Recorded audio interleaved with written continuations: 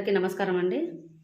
గంభీరావుపేట మండలంలో గల అన్ని గ్రామ ప్రజలందరికీ కూడా ఒక విన్నపము. మన గ్రామాలలో రోడ్డుకి ఇరువైపుల నాటినటువంటి మొక్కలు, ఉపాధి హామీలో నాటినటువంటి మొక్కలను ఎవరు కూడా ధ్వంసం చేయకుండా, ఇప్పుడు రాబో వరి కోతలల్లో కూడా వడ్లు ఎండబోసుకుంటూ ఉన్న మొక్కలన్నీ కూడా ధ్వంసం చేయడం జరుగుతుంది.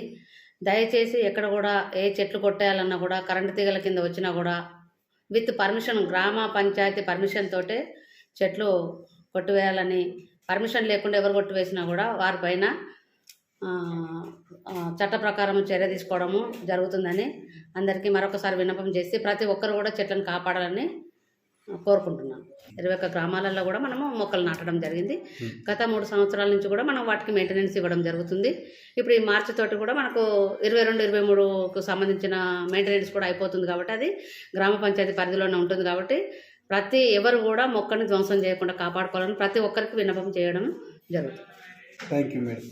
ఎవరైనా అంటే మొక్కలను ధ్వంసం చేస్తే వారిపైన ఎలాంటి చర్యలు తీసుకుంటారు? వారికి గ్రామ పంచాయతీ కార్యదర్శి గారే నోటీసు ఇష్యూ చేసి ఆ మొక్కకి ఎంతైతే ఖర్చు ఉందో వారికి అది వారి నుండి రికవరీ చేయడం జరుగుతుంది.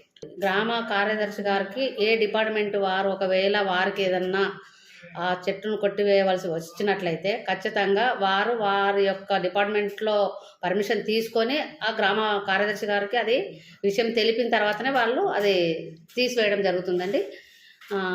లేనిచో గ్రామ కార్యదర్శి గారు దాన్ని ఆపివేయడం జరుగుతుంది. వాళ్ళు ఒకవేళ ఆ పర్మిషన్ తీసుకొస్తేనే అది కొట్టివేయడం అనేది జరుగుతుంది.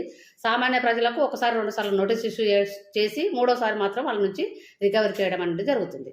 Thank you madam. Thank you. చూసుకునే మరింత సమాచారంతో మేడం గారు ప్రత్యేకంగా అంటే ప్రజాధనం అని లక్షల కోట్లు, వేల కోట్లు ఖర్చు పెట్టి పల్లెలను పచ్చగా చేయాలి, చెట్లు నాటాలి, మొక్కలు పెంచాలని చెప్పేసి ఒక సబ్జెక్ట్లో మరి ఇంత నిరంతరంగా పనిచేస్తున్న వాళ్ళు ఎందరో అలాంటి అంటే పెట్టిన చెట్లను ఇక్కడ అంటే కరెంటు 11 kV కావచ్చు, 33 kV కావచ్చు, ఎవరైనా కావచ్చు, ఇతర అధికారులు వచ్చి ధ్వంసం చేస్తున్నారు. అటువంటి వాళ్ళపైన ఎలాంటి చర్యలు తీసుకోగలుగుతారు?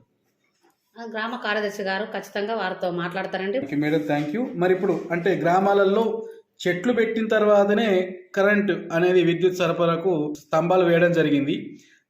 అది సెస్ వాళ్ళని కనుక్కోవాలి సార్. అది ఏంటంటే అంటే వారు కూడా పక్కకున్నటువంటి రైతుల భూములు ఎవరైతే ఉన్నారో అది అక్కడ వరకు మనం కరెంట్ ఎంతవరకు అవుతుందో అంత వాళ్ళ పరిధిలోనే వాళ్ళు చేయగలుగుతారు.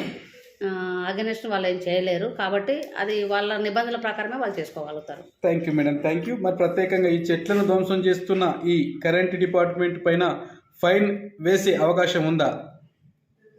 అది డిపార్ట్మెంట్ పరంగా వాళ్ళు చూసుకుంటారు సార్. అది గ్రామ పంచాయతీ పరిధిలోనే ఉంటుంది కాబట్టి అది డిపార్ట్మెంట్ పరంగా వాళ్ళు చూసుకుంటారు.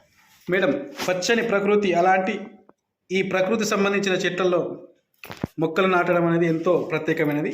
అలాంటి అంటే ఈ సమాజానికి మీరు ఇచ్చే మెసేజ్ ఏంటి మేడం?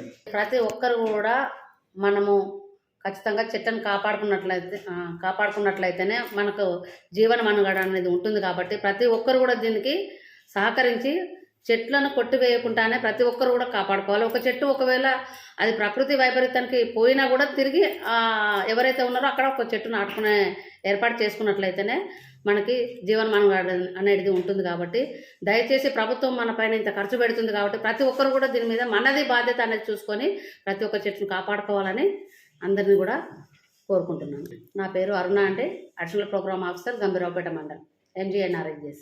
జై తెలంగాణ, జై జై తెలంగాణ, జై తెలంగాణ, జై జై